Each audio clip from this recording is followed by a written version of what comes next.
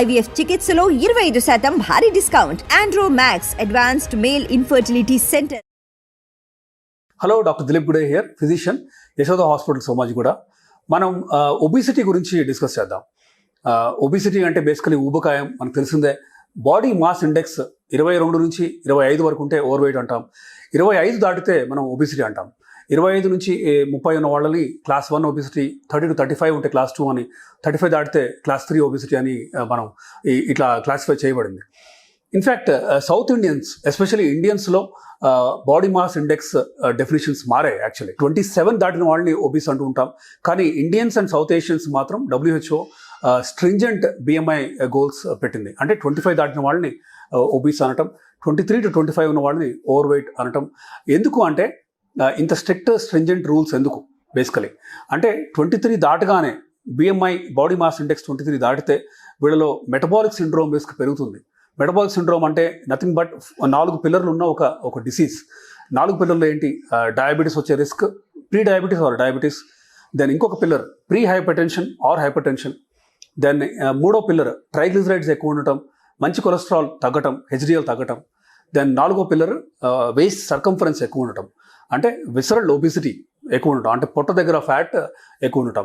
So ఈ 4 pillars వల్ల metabolic syndrome risk కొంత BMI ఉన్నా, అంటే 23 ఉన్నా, ఒక 25, 26 ఉన్న ఒక వైట్ పర్సన్కి సిమిలర్ రిస్క్స్ ఉన్నాయి అని స్టడీస్లో తేలింది. కాబట్టి ఇలా స్ట్రింజెంట్ BMI గోల్స్ మన సౌత్ ఏషియన్స్కి, ఎస్పెషల్లీ ఇండియన్స్కి WHO సూచించింది.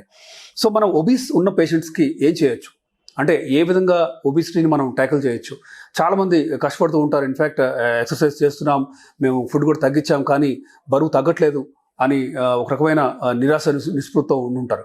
సో ఇలా కాకుండా అంటే మనం how can we help obese patients?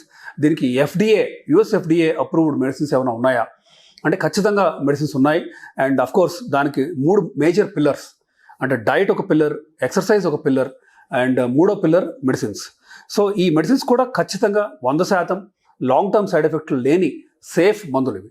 So ఈ మందుల హెల్ప్తో మనం సరైన డైట్ చేస్తూ, సరైన ఎక్సర్సైజ్ కనుక చేస్తే ఖచ్చితంగా more than 15 to 20% weight loss. అంటే సపోజ్ ఒక 90 kgs 100 kgs ఉన్న పర్సన్ మనం 20 kgs తగ్గే విధంగా, అంటే 100 నుంచి 80కి వితిన్ 6 to 8 months వచ్చే విధంగా మనం హెల్ప్ చేయొచ్చు.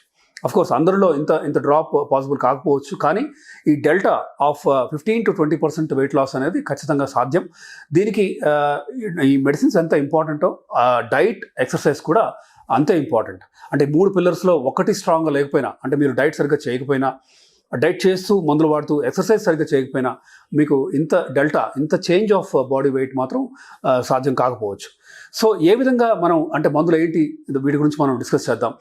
సో FDA అప్రూవ్డ్ మందుల్లో సెమాగ్లూటైడ్ ఉంది. ఇన్ఫ్యాక్ట్ ఇండియాలో అప్రూవల్ రావడానికి కొంత టైం పట్టచ్చు. బట్ సెమాగ్లూటైడ్ 14 mg, అంటే అఫ్కోర్స్ 3, 7, 14 అని మనం అప్ టైట్రేట్ చేస్తూ ఉంటాం పేషెంట్స్లో. సెమాగ్లూటైడ్తో పాటు ఆర్లిస్టాట్, దెన్ ఇట్లా ఏకార్బోస్ కానీ, వోగ్లిబోస్ కానీ, మెట్ఫార్మిన్తో పాటు, దెన్ ఇట్లా రకరకాల మందులు. ఇన్ఫ్యాక్ట్ ఇవన్నీ కూడా అప్రూవ్డ్ మందులు, ఎలాంటి లాంగ్ టర్మ్ సైడ్ ఎఫెక్ట్స్ లేని మందులు. సో వీటితో పాటు మల్టీవిటమిన్స్ కూడా ఇస్తుంటాం. యూజువల్గా ఏంటంటే ఫ్యాట్ అబ్జార్ప్షన్ తగ్గించే మందు ఓర్లిస్టాట్. ఫ్యాట్ అబ్జార్ప్షన్ తగ్గించాలి, దెన్ ఎపటైట్ తగ్గించాలి. దానికి సెంట్రల్ విధంగా, అంటే మనం తినగానే కడుపు నిండిన ఫీలింగ్ వచ్చేది బ్రెయిన్ నుంచి, బేసికలీ దాన్ని ఎపటైట్ సెంటర్ అంటాం. సో ఈ ఎపటైట్ సెంటర్ని ఇన్స్పైర్ చేసే టాబ్లెట్ ఇది సెమాగ్లూటైడ్ లాంటి మందులు.